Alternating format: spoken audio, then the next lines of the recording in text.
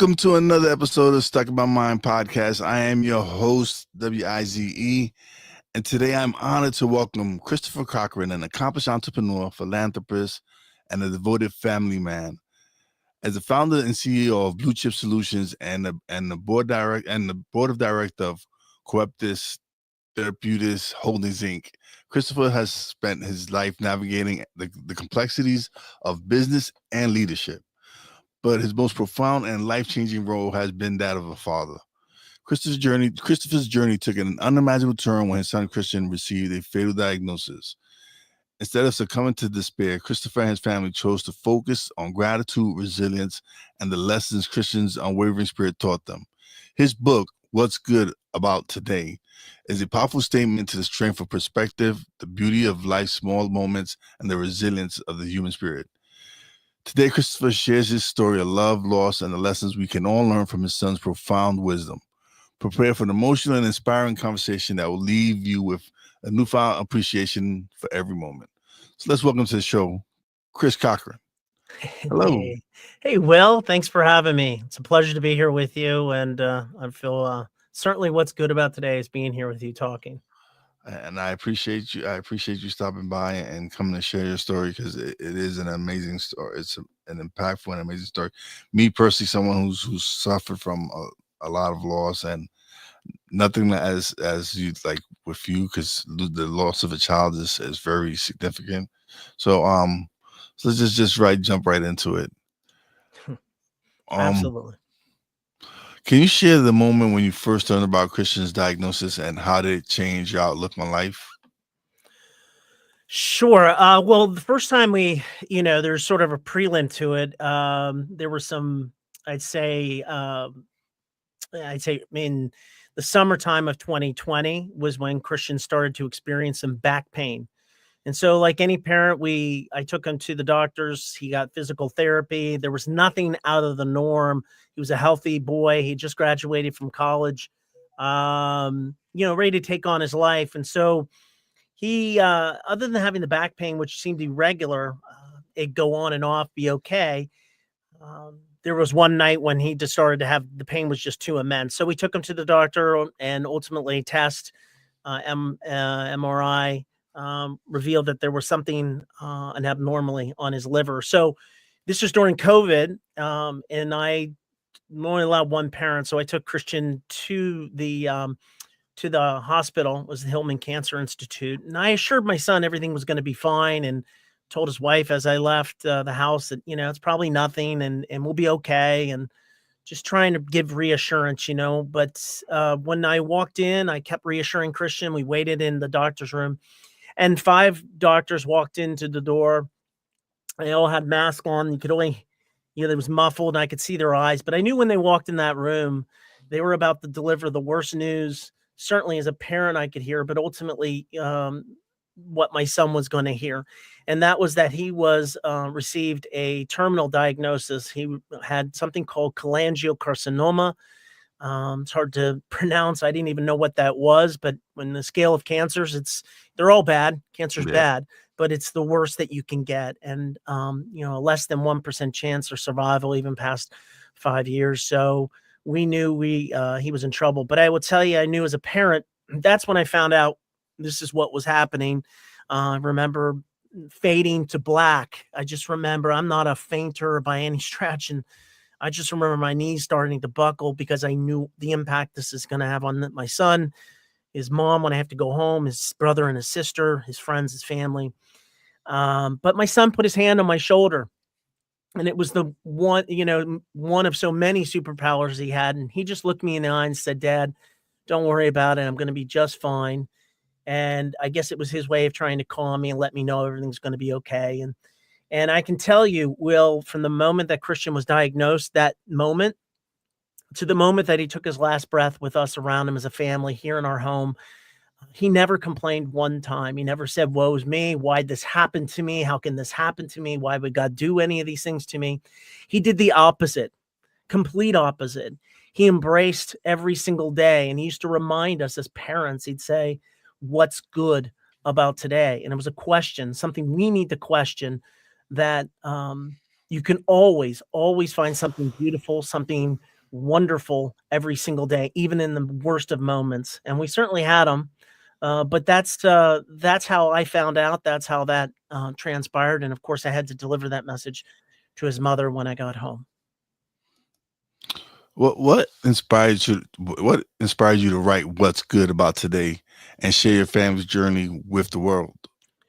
Well, I think about a year and a half after Christian's passing, I started to feel that nudge, and that nudge was Christian giving me the support that I needed to tell the story. His story was too important. I felt like not only he has lots of people who had reached out, and there's so many letters from all over the place about the good things that Christian did, that I felt it compelled that I needed to tell his story. And that's why the story, What's Good About Today, A Purpose-Driven Life, which is how I really think Christian did. He led a purposely driven life, even as a child, all the way up into be 22, 23 years of age. Um, but I felt that nudge, and I am a journaler, so I journaled Christian's path during his sickness. So it gave me an opportunity to go back. Unfortunately, it's an uncomfortable thing to do, but I think it was important to be authentic, to be able to tell the story from a family's perspective, because I think there's so many people with, it's the universal thing that every one of us will, you just said it, which is grief, is things we go through and we lose people.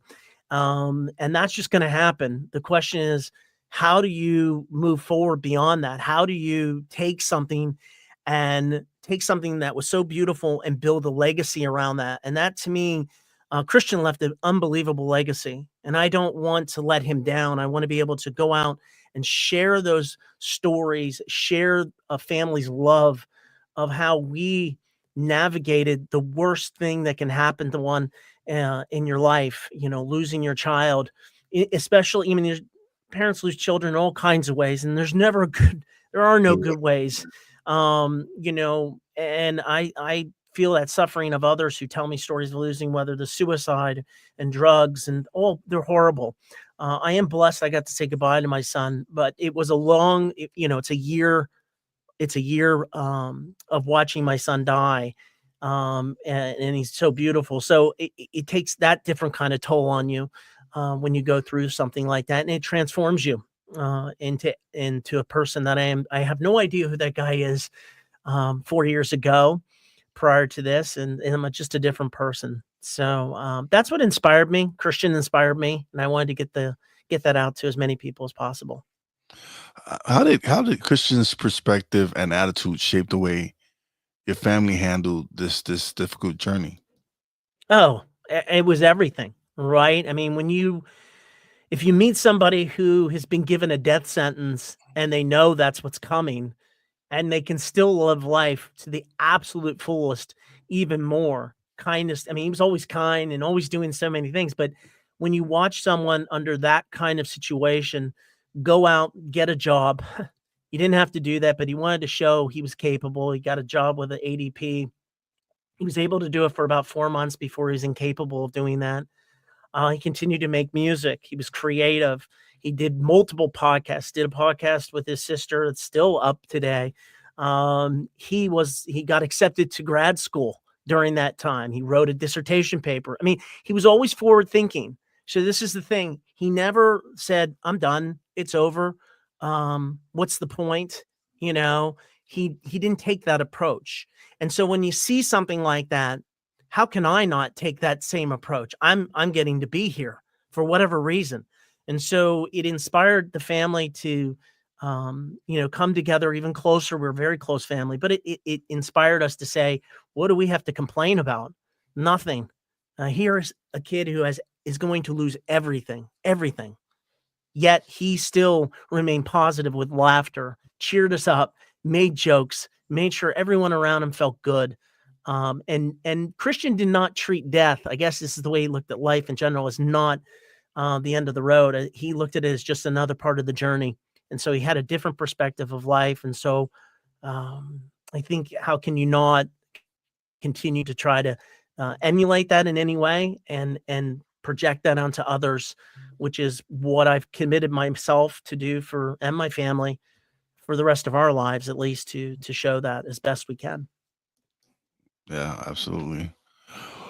What's the most profound lesson you learned from Christian? Well, I guess it's probably the simplest of things. Christian would tell me, and I talk about in the book, is don't take life so seriously. Now, it's not something, I'm not giving you any great Mhm. revelation that's been out there, but when you see a person who's dying and says, "Dad, don't take this all so seriously," you know, which I did. Of course, Obviously, I of spent a course. year trying to save his life and every doctor and everything, and he put his entire care in our hands. But I think it's profound to just when you think about someone who knows they're going to pass or knows this is their diagnosis to say, "Don't take it so seriously." I think it leaves a mark on you because I none of the stuff sort of everything kind of brushes off my shoulder. People can't make me too mad, and I don't get too upset about earthly items at all anymore. It's just I just don't take it too seriously anymore. And so it's a profound lesson, but he taught us lots of lessons, but that's just the simplest form I can give you.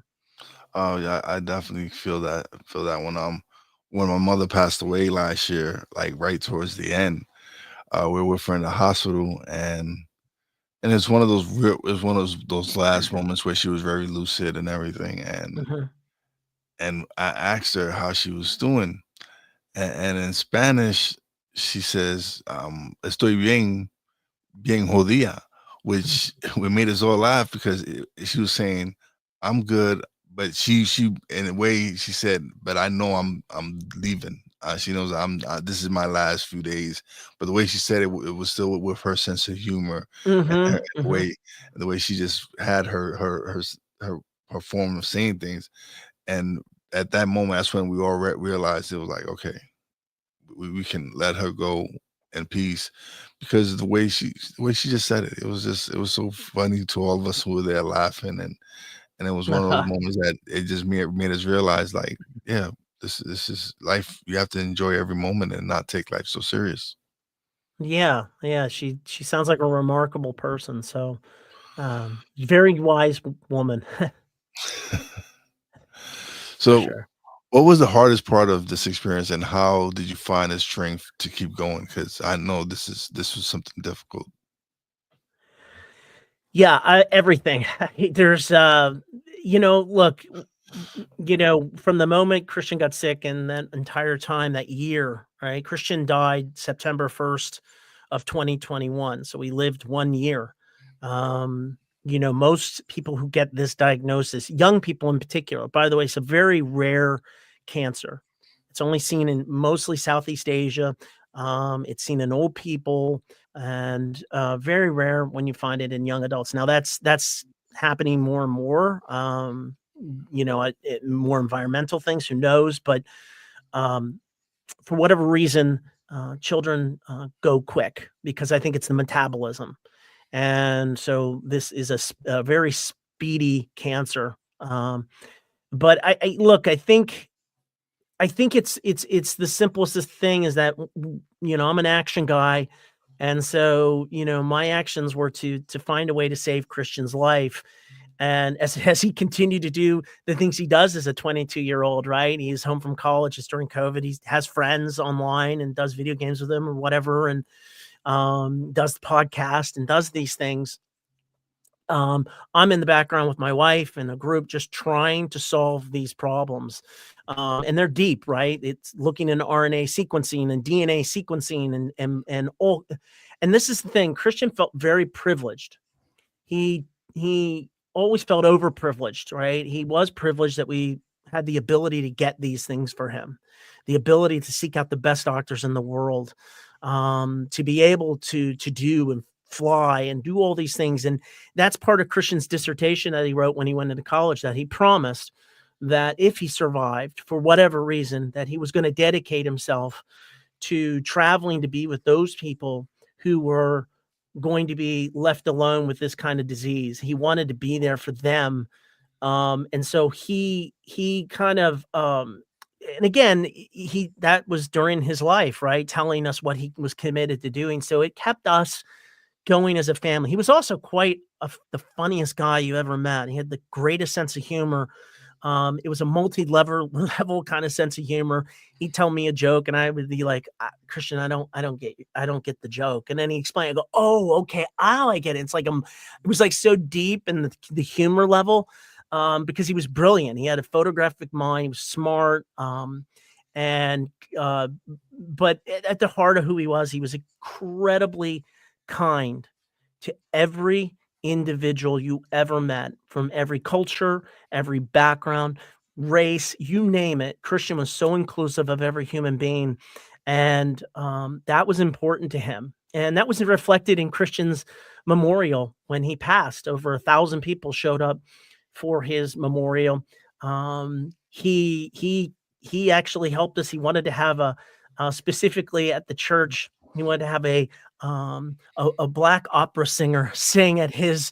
He wanted that, like that. He gave us specifics that were important to him, and so we followed those to a T. And so I think that he kind of gave us all kinds of guides and helped us along the way and how to navigate this thing. But at the end, you still lose someone, and you watch this go down. We're still living, just like your mom was there. It's easy for not easy, but your mom had come to peace with it all, right? Yeah. It was easy for her, I suppose, easy for Christian in a sense, they had already made peace with it. Us, it's hard to make peace with those things because you want people to stick around with us forever. And that's Yeah, just what you want. definitely. Yeah. In your book, you talk about gratitude. How do you practice gratitude in your daily life? So I practice gratitude the way Christian taught me to practice gratitude. Christian, instead of following a to-do list, Christian had a love list. And so what I mean by that is, as we all do in our lives, we have checkoffs for things that we do in our daily life or things we need to accomplish. It's somewhat how we measure us as human beings and how we achieve things. Our successes are achieved that way.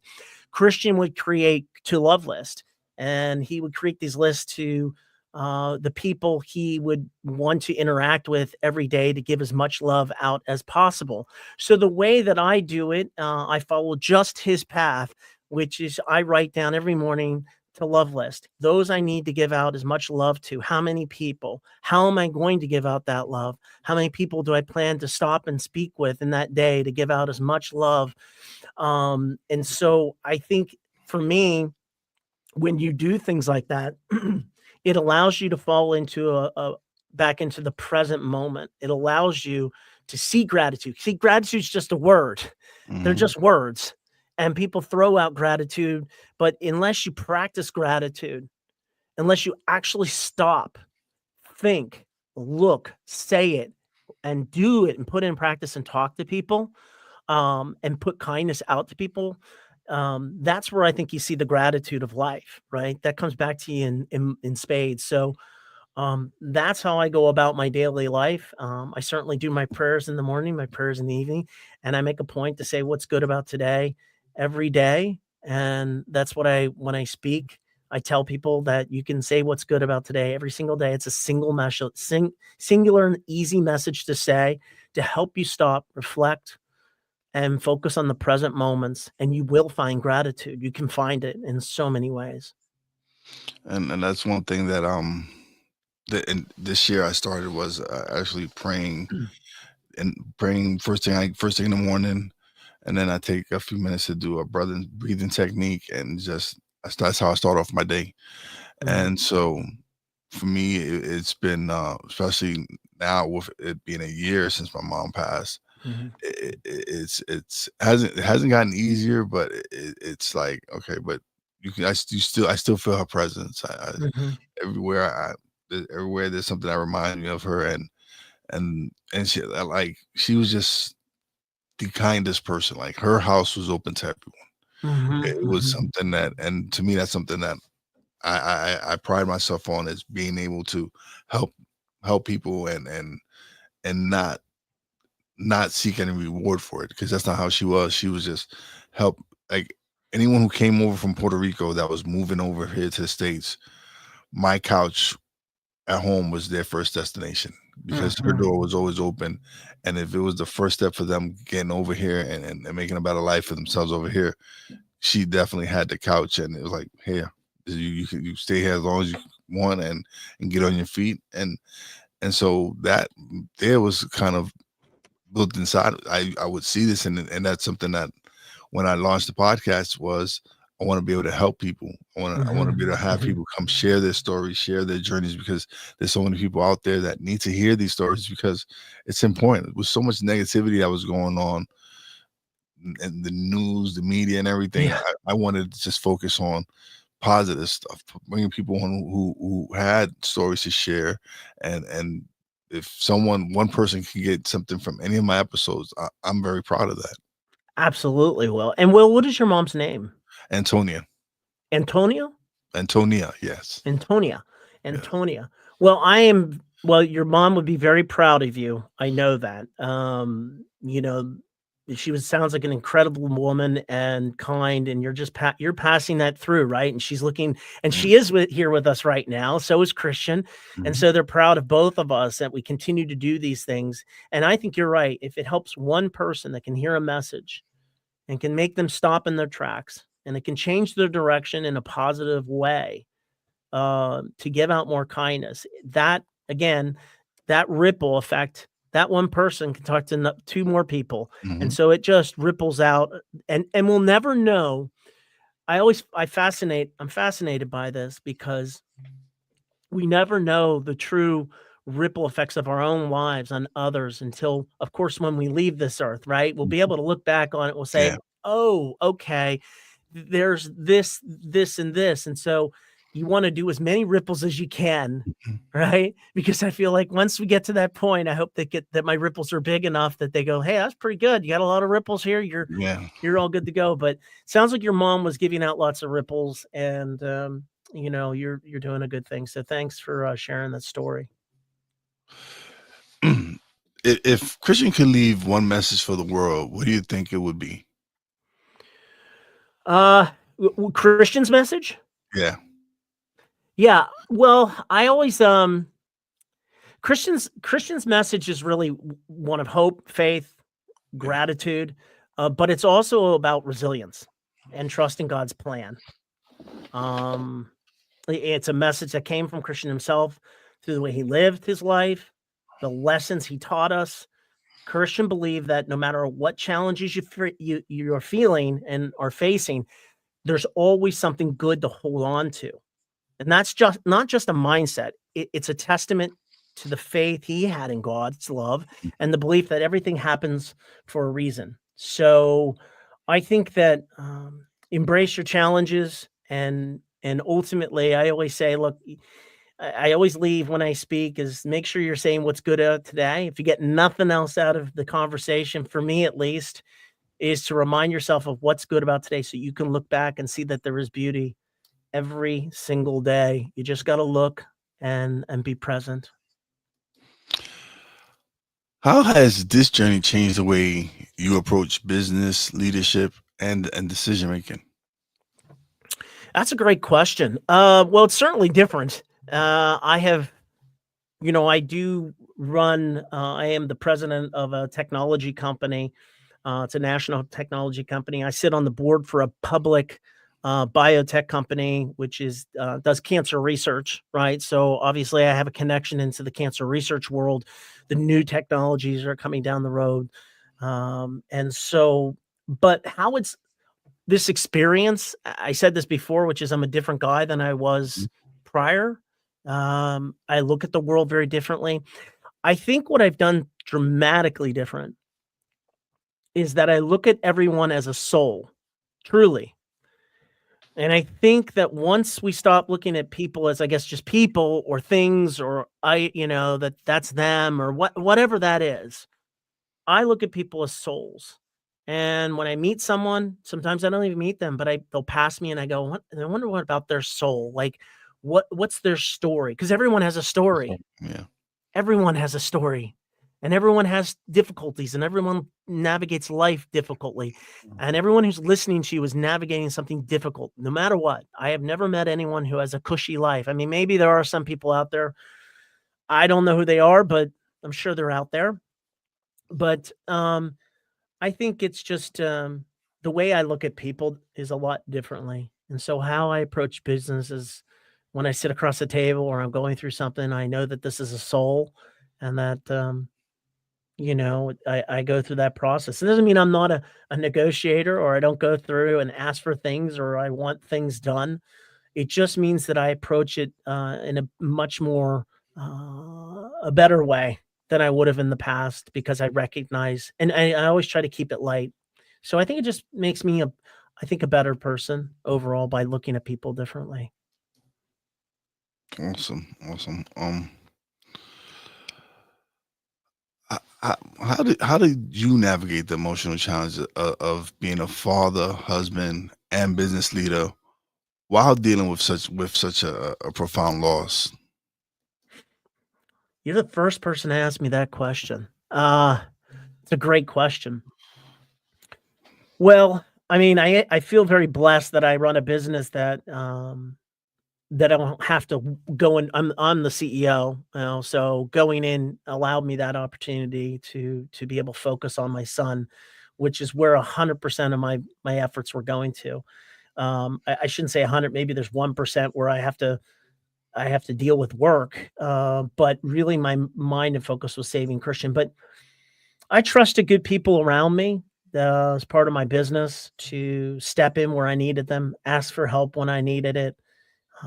But I never stopped my responsibilities to others in the course of my business. I continued to work and to continue to drive, the technology space in which I was in. So it wasn't easy. It's hard to focus that way because you're like, who cares? But I'm also responsible for a lot of people, right, that work for me and people who work under me. So I knew never try to lose sight of my role in that, and I think you can't, and I think people look to you the same way your kids can look to you for strength, people look to you for strength. They look for you to make good decisions under difficult situations, and so, I've tried to always emulate being strong under those certain circumstances, and, I think part of that has to do with the way I was raised. Was raised by I'm good parents, no doubt, very loving parents, but, my dad was a Navy, they call them frogmans back then. It's predated the SEALs. Yeah, So he's a bit of a tough guy, and I was a wrestler when I was young, so I dealt with tough and be going through difficult things. Nothing like that, of course, but it helped me at least understand I'm gonna get beat up and I need to fight through things, and everybody's gonna get beat up. You're gonna get beat up and it feels like the end of the world and life feels like it's falling apart, but it's not falling apart. You just need to go out there and face the challenges. Most people run away from a challenge. I believe in facing challenges head on. And if you face them head on, it diffuses a lot of stress, anxieties, and it can help you achieve greater things. And sometimes it works out, sometimes it doesn't. But hey, so what? That's life. That's just the way it goes. yeah, that's definitely the way life goes. You never know. And like I said, I've dealt with loss and everything. It started for me in 2008 when I'm 31 years old. My wife passes away in a car accident, Oh, and this is this sorry. is this is someone I had been with the beginning years of my adult life, Hmm. and so to lose her, it was and I didn't deal with it very well.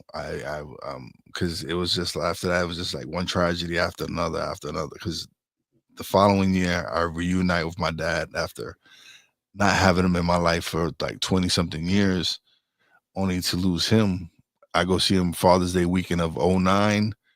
I get there Friday, Saturday morning, he passes away. And so it Hmm. was just one tragedy, one and I just didn't deal with it the correct way. I kind of but how does anyone really know what is the correct way to grieve? It's something it's how I didn't deal, like I said, I didn't grieve. I didn't deal with it the correct way, but eventually I was able to seek help and turn my life around and realize that I'm there's more to me than all the suffering and pain, and Hmm. the people that hadn't passed would want me to do more with my life. And so once I discovered podcasting and started podcasting, it gave me that purpose. This was something like, okay, I found something where I have a voice and people can come share their stories, and it really has helped me grow and develop as a man, because it helped me face for what I've been going through for all those years with losing, being angry with God, Mhm. w- saying why me. It was like, why me? Why are you doing this to me? And why am I such a bad person that all this is happening to me? Right. And it took time for me to realize that it wasn't happening to me. It was a part of life. Right. And so it was, it took some time, but I've found my way, and I've been able to, I remarried. I have a beautiful wife that's very Oh, supportive it's awesome. and has my back. And so with everything that's going on, it's just made me stronger. Yeah. Yeah. Well, all the you made a point. I mean, grieving is not there's no any one right way, or grief hits everybody a very different way. Doesn't mean anything other than it's an awful feeling. Mhm, Some people fall into drugs and alcohol, and I will readily admit that in that short, call it that period after Christian, I was numb and the family's numb. That I didn't turn to alcohol and some drugs and things like that.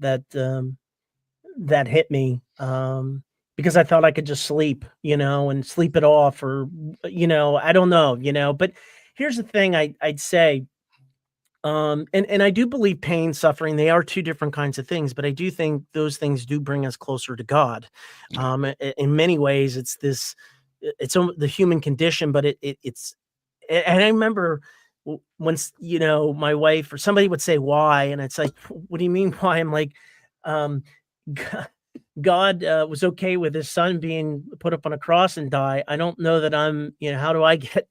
yeah, Why am I going to be separated out, that somehow I'm not getting the privileges, that somehow, but I think there's two things that help me, and maybe those who are listening, that maybe it will help them. Two things that help you, I think, is to remain humble before God, remain humble and be in life. Remember that, that humbleness keeps you grounded, and it's very important. The second thing that helps me wash away and continue to move forward is realize you are not in control.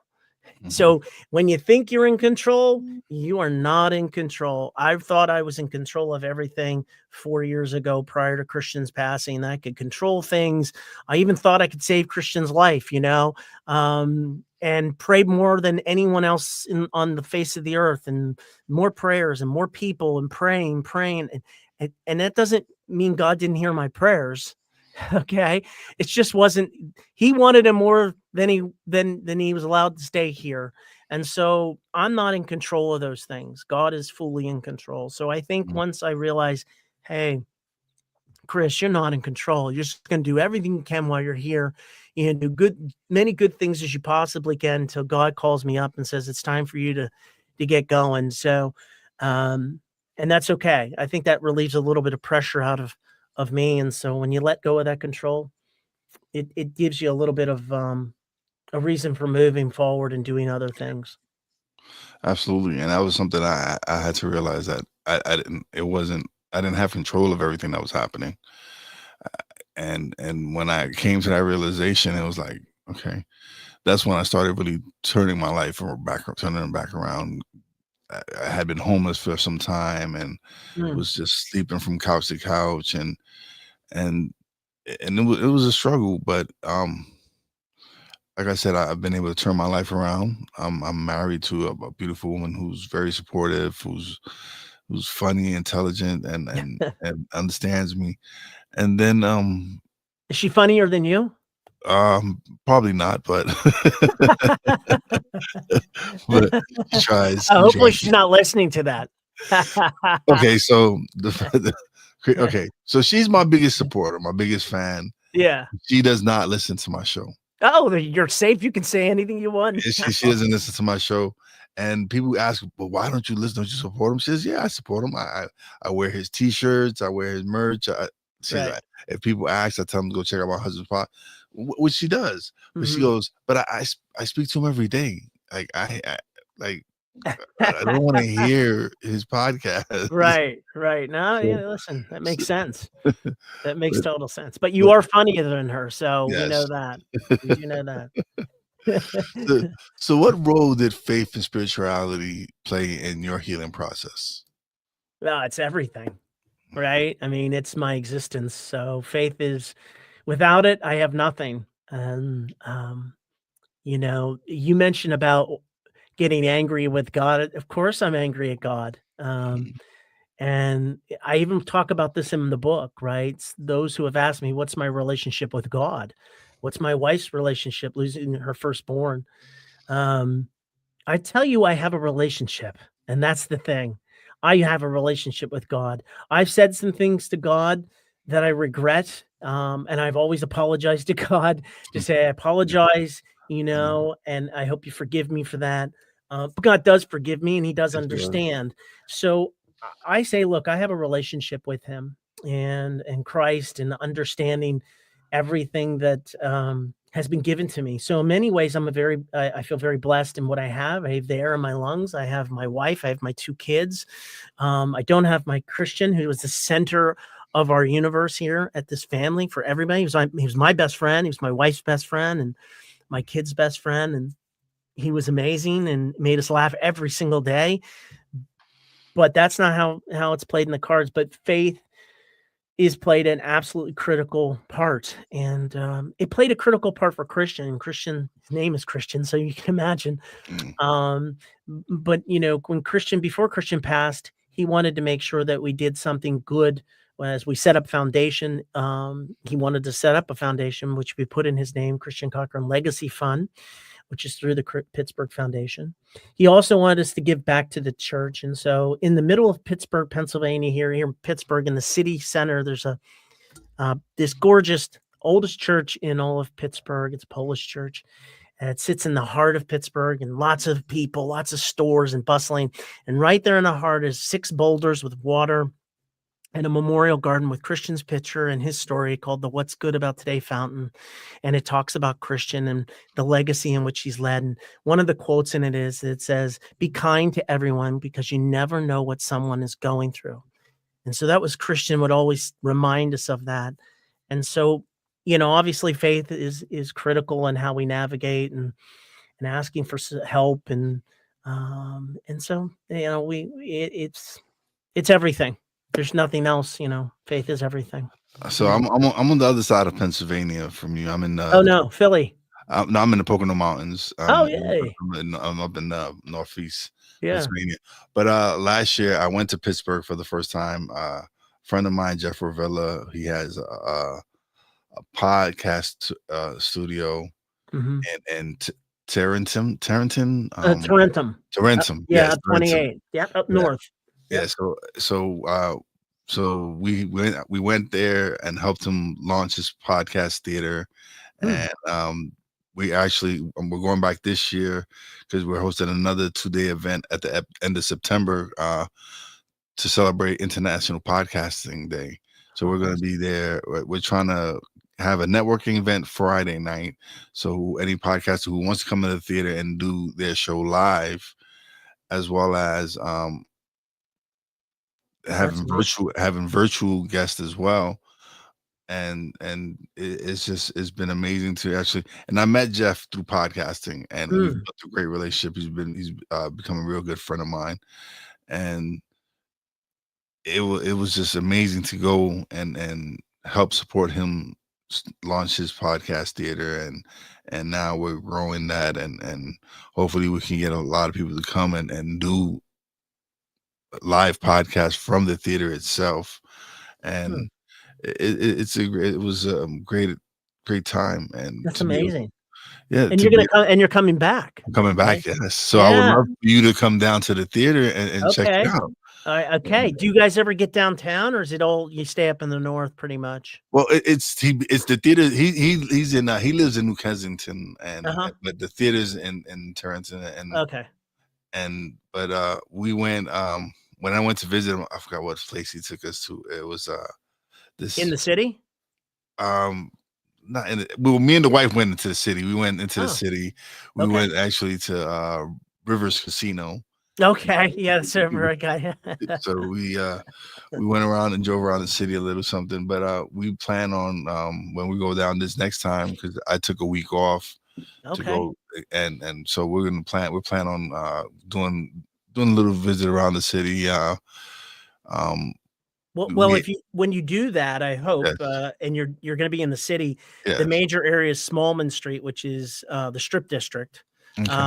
And at the end of Strip District, as you're going down all the shops, you'll see that big, beautiful church, and know that right next to it is the big memorial. So if you're ever down there, you can see that memorial if you ever get down there. It's a Oh, yeah. bustling place. That's where everybody's going. So I I tell you to go to that area because it's the booming place of Pittsburgh, the biggest booming place. I'll definitely listen. I'll go with the wife and we'll check it out. And yeah, Excellent. There you it's go. something that like I said, I want to go down and because when we down, we just went for this 2 days, but now I'm off for a few days, for probably a week.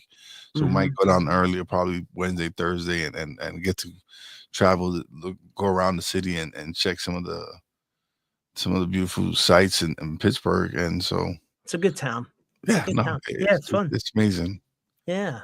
It's a good place to live. Christian loved it. Christian loved it.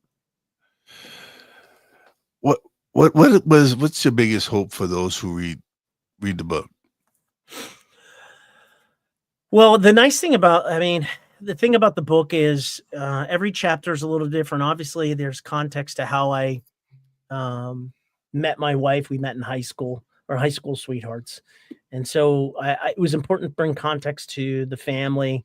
It's not like I'm somebody, I'm a nobody, but you have to bring context to where I come from and my wife and how we met, and our only dream of having children. That's been our dream, and Christian was our firstborn, and so telling the stories of Christian, of when he was a child, how he interacted with children is a unique thing.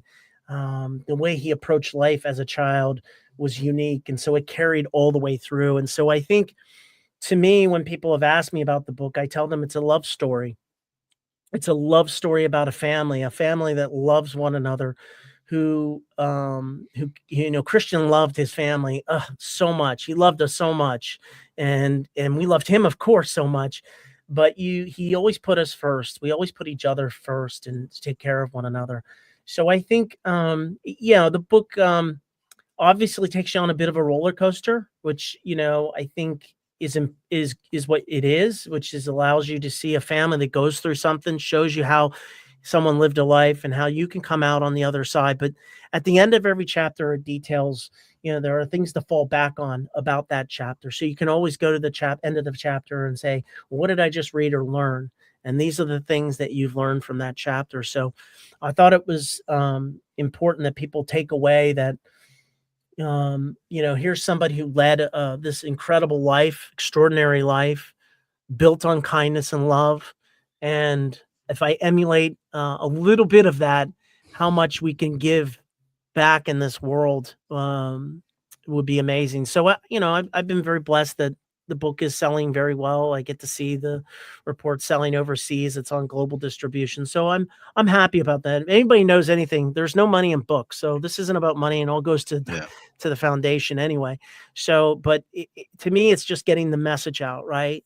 yeah. I get to speak at university level with students. I love to speak at young adult conferences, and because I feel like they're the most impressionable. They think they can never be injured. They never can be Mhm. hurt. No, which most cases true, but life turns on a dime. And I just want to make sure they understand, where to accept these, that you're in the present, and remind yourself of this, what's good about today, and share it with others. And, um, that's my hope of the book. And that's my hope that, people get from it all the time. How has your definition of success changed since this experience? Well, success is I guess before it was measured in, do I have a big enough house, a big enough car, or, I have enough stuff? Am I keeping up with the Joneses? All that gobbledygoo that means nothing.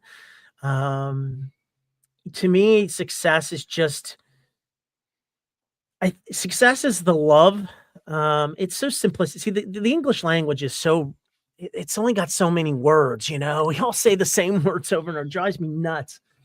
You know, I'm sure in the next life they'll have lots, every word possible, but I guess it's just success is seeing that I help somebody. You know, when I do presentations or I speak to others, it's them bringing their personal stories to me. And if my story resonates with them and I see good things happening from that, it also goes into the foundation. And when we give back to, so in Pittsburgh, like we do partner with some charter schools. Propel, it's an inner city school that was important to Christian. He wanted us to give back to those who are less fortunate, and scholarships. And so when I see that happening and good things happening to those who have less, that, gives me a sense of purpose. And there's a reason for being here. There's a reason for everything. So, um, so yeah, those are the things that I deem as successful. When I see the joy that someone else gets, or they become successful, or they're feeling tremendous love. They're not alone. They have support around them, and they can feel it. To me, that's the ultimate in success. To me, not money's not it. I care less about any of that. I mean, obviously, I need enough to kind of get by, and that's fine with me. I don't. It's not a measure of a person in any way. Yeah, I feel the same way. It's something that, to me, if I'm helping one person, that to me is being successful. I don't care about the metrics, the numbers, any of that. Just the fact that able to impact one person's life, to me, it's a sign of success to me. Yeah, I think that's that part I talked about, as being humble. Just Yeah. remain humble and know that you're not in control. So just do all you can do for others, and good things will come your way. Not just in a monetary way. Forget Mm, that. It's the love you get back mhm. can fill up, especially when you're hurting. Yeah. Your heart has been ripped apart, or it's still tattered, and mine's always still feels like it's tattered. Yeah, I can So imagine. I'm always filling it with pockets of joy, and so if I can just fill those gaps, it just, it helps a little bit better, to manage. Chris, this has been an amazing conversation. I'm honored to have you on the show and have you come and share Christian's story. But we've come to a time where you get the solo screen and you get to plug away, let everybody know where's the foundation, where they can get the book, everything. Oh, well, Will, first, thank you so much. I'm humbled and honored to be on your show. Thank you so much. Yeah, people can, I hope you get a chance to get the book. You can find the book on Barnes & Noble, What's Good About Today, A Purpose-Driven Life. You can find it on Amazon, Barnes & Noble. Any major retailer will carry it or will have it sent to you. The other place you can reach out is on christiancochran.org. That is simply just talks about the foundation, talks about Christian, shows pictures, stories, letters, the impact statements, and all those things to keep Christian at the forefront of everything that I talk about.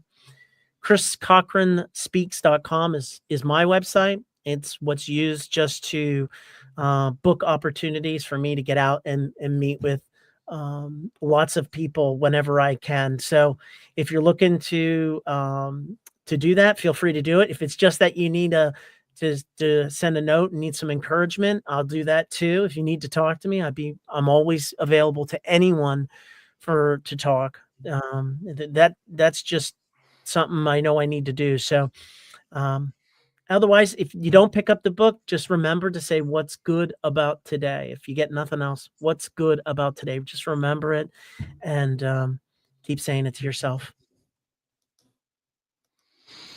Once again, thank you so much for being such a great guest and for sharing your story. I greatly appreciate it. But don't leave just yet. Let me close out the show and we'll chat a little bit off the air.